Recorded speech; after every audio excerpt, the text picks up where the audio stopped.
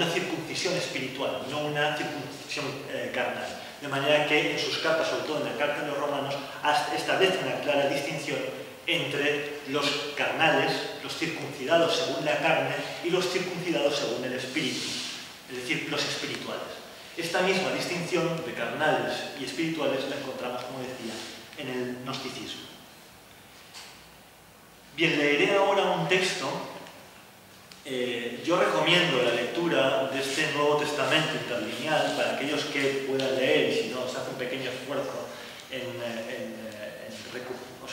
descubrir el alfabeto griego. Recomiendo esta lectura del Nuevo Testamento interlineal griego-español, publicada por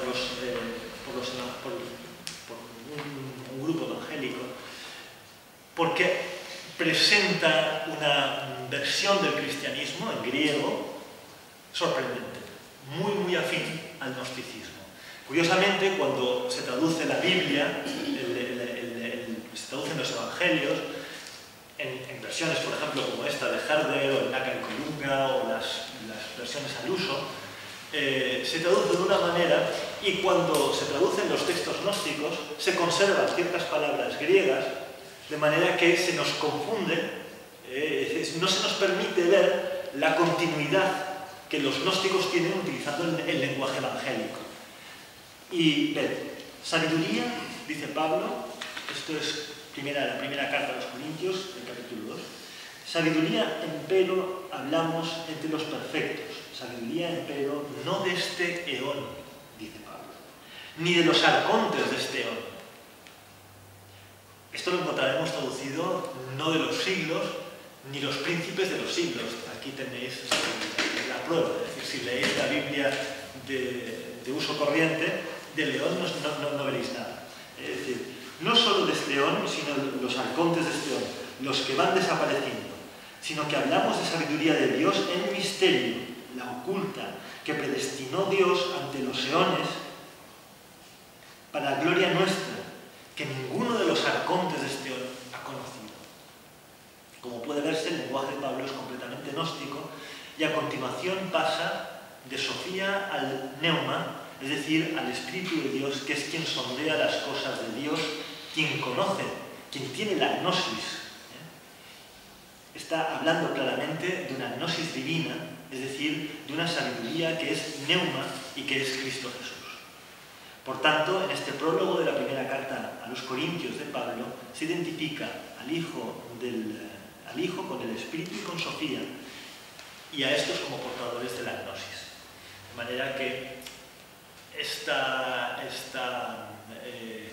rechazo del vínculo entre Pablo y el gnosticismo está completamente infundado si se lee los textos en griego.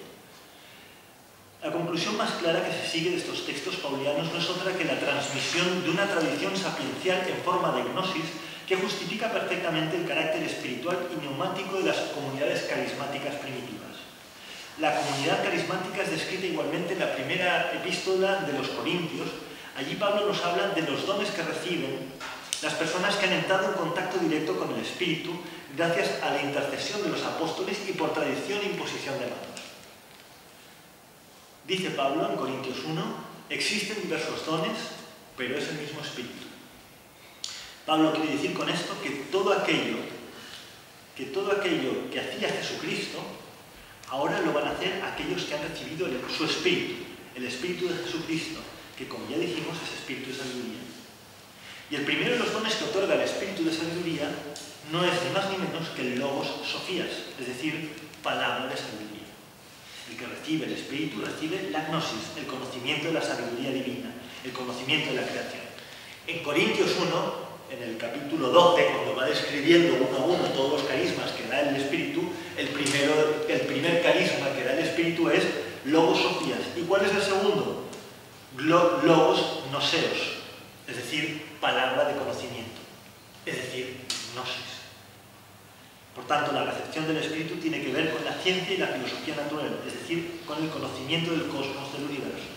Pablo y la tradición sapiencial judía proponen la posibilidad de un contacto directo con el Espíritu de sabiduría como la manera más rápida y efectiva de conocer el alma del mundo y conocer el cosmos. Es por tanto una revelación científica la que se produce por la efusión del Espíritu de Cristo en una persona que lo recibe. Palabra de sabiduría y palabra de gnosis son los dos primeros dones o carismas del Espíritu. Por tanto, según Pablo, el que recibe el Espíritu tiene que ser necesariamente un gnóstico o un espiritual. Podemos afirmar, pues, que solo los gnósticos comprendieron efectivamente el significado de la verdadera revelación del Espíritu cristiano, tal como lo presentaba Pablo. Pero continuemos con los dones o carismas del Espíritu según la primera carta a los Corintios, capítulo 12. Otro carisma es la fe, pistis, en el mismo Espíritu. El siguiente, charismata y amaton, dones de curación. Como Cristo que curaba a los enfermos, los que reciben el Espíritu pueden hacer lo mismo que él hizo. Otros dones son energemata dinameo, es decir, realización de potencias. Hay cristianos que tienen poderes de hacer prodigios y milagros, al igual que el Maestro, al igual que Jesús. Otro importante don es el de profecía, y de ahí que los cristianos incluyan igualmente las revelaciones apocalípticas de los sabios de Israel entre los poderes que le otorga el Espíritu. El cristiano también obtiene la posibilidad de discernir espíritus, diacresis neumaton. Aquí incluye Pablo las doctrinas demonológicas de los fariseos, de donde los gnósticos encontrarán la base cristiana para construir su mitología de los arcontes de los eones. Y por último, el Espíritu otorga también diversidad de lenguas, gene y glosón, e interpretación de lenguas, hermeneia glosón. Estos son todos los dones o carismas que otorga el Espíritu a los miembros de las eclesias, es decir, de las asambleas, de las iglesias cristianas. Sin embargo, la Iglesia sufrió, tras la muerte de los apóstoles, un proceso hacia el gobierno monárquico a partir de lo que parecía ser inicialmente colegios de presbíteros y consejos de ancianos, los presbíteros o ancianos, que se oponen de lleno a la comunidad carismática de la que habla Pablo. Un claro ejemplo de comunidad carismática es sin duda la iglesia griega de Corinto, que lleva a Pablo a la necesidad precisamente de ordenar los carismas o los dones del Espíritu en distintos rangos o preferencias. Pero además Pablo es mucho más exhaustivo a la hora de clasificar y poner un poco de orden a las distintas manifestaciones del Espíritu en la comunidad. En la misma carta, primera de Corintios, a los Corintios, en el capítulo 14, Pablo insiste que es bueno el don de lenguas, pero es mejor el de profecía, pues el que habla lenguas se edifica a sí mismo, pero el que habla en profecía edifica a la comunidad. ¿De qué está hablando Pablo? ¿Qué es el don de lenguas y qué es el don de profecías? Es una cosa que muy poco se conoce y se ha estudiado por parte de la Iglesia y los teólogos, digamos, posteriores. El que hablaba lenguas emitía unos sonidos ininteligibles, en sentido literal además, pues el intelecto, nous, no es capaz de comprender las palabras del poseído por el Espíritu y que habla una lengua extraña, una lengua que es la del Espíritu y la de los ángeles. Sonidos incomprensibles para la gente no iniciada. Los no iniciados son los idiotetes. El único testimonio que se nos ha conservado de esta extraña lengua espiritual o glosolalia nos llega a través de los textos de magia gnósticos contenidos en el libro del Gran Discurso Iniciático o los dos libros de Yeu, donde Jesús revela distintos lugares del cosmos. Este es un libro gnóstico muy importante, de magia. Pues bien, allí Jesús revela los distintos lugares en el cosmos, en el más allá, y las fórmulas mágicas y sellos necesarios para atravesar dichos lugares y encantar a los vigilantes de los mismos en una línea claramente egipcia. De este tipo de lenguaje, con nombres misteriosos de ángeles y espíritus y sonidos sin sentido, estos están llenos los papiros de magia griegos, que no son más que vulgarizaciones de liturgias y rituales sacerdotales egipcios, probablemente, que ya en aquella época estaban en decadencia.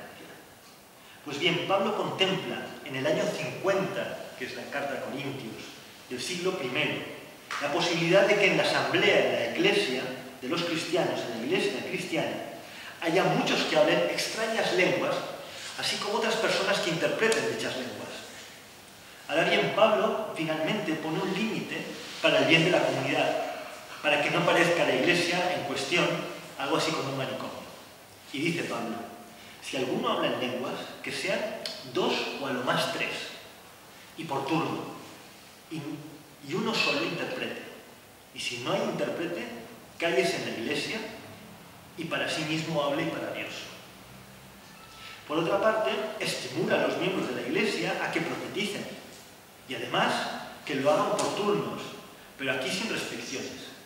Pues el que habla proféticamente edifica toda la comunidad. Esto es un don del Espíritu que Pablo tiene en gran consideración, pero que a la larga no estará exento de problemas.